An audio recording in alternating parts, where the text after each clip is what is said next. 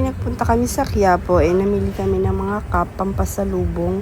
So, very affordable po dito yung mga cups. So, nag-range siya ng 100 to 250 pesos. So, mga class A siya guys, and ang ganda ng mga pagkakagawa and print ng mga cups. Marami kayo pagpipilian dito guys. So, along the highway lang siya. Tapat siya ng Raon. So, yan guys. So, mga 1,000 or 2,000 marami na kayong mabibili dito. So, nagsimba rin kami dito guys sa Quiapo Church. Hindi pa rin nagsimba, nag-pray kami dito and kasi wala namang mass during that time. And yan, nagtingin-tingin din kami sa mga ukay-ukay dito guys. Yan. So, mura siya pero may mga tigto 20 pesos pero hindi namin luma na rin talaga. May iba pa din naman na okay pero hindi namin type. So, ayan guys, pumila pala kami dito kay Neneng B. So, tinanay namin yung mga sausage na binibenta nila dito, yung mga sandwich. So, wala na pala dito yung buy one take one. So, magkano ba bili namin dito?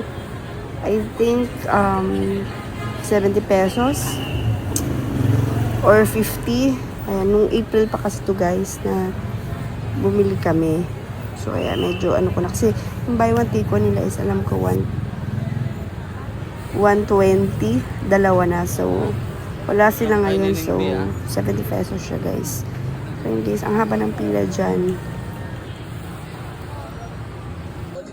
Dito naman guys, bumili kami ng juice ng dragon fruit. So, gusto namin tikman. So, isa daw to sa mga pinipilahan or pinupuntahan ng mga vloggers din or ng mga gustong pumunta dito, mag food trip dito sa Quiapo. And then nagtry din kami ng shake guys, yung Sheila's shake. So yun siya guys. So I think nasa 120 or 100 tong binili namin.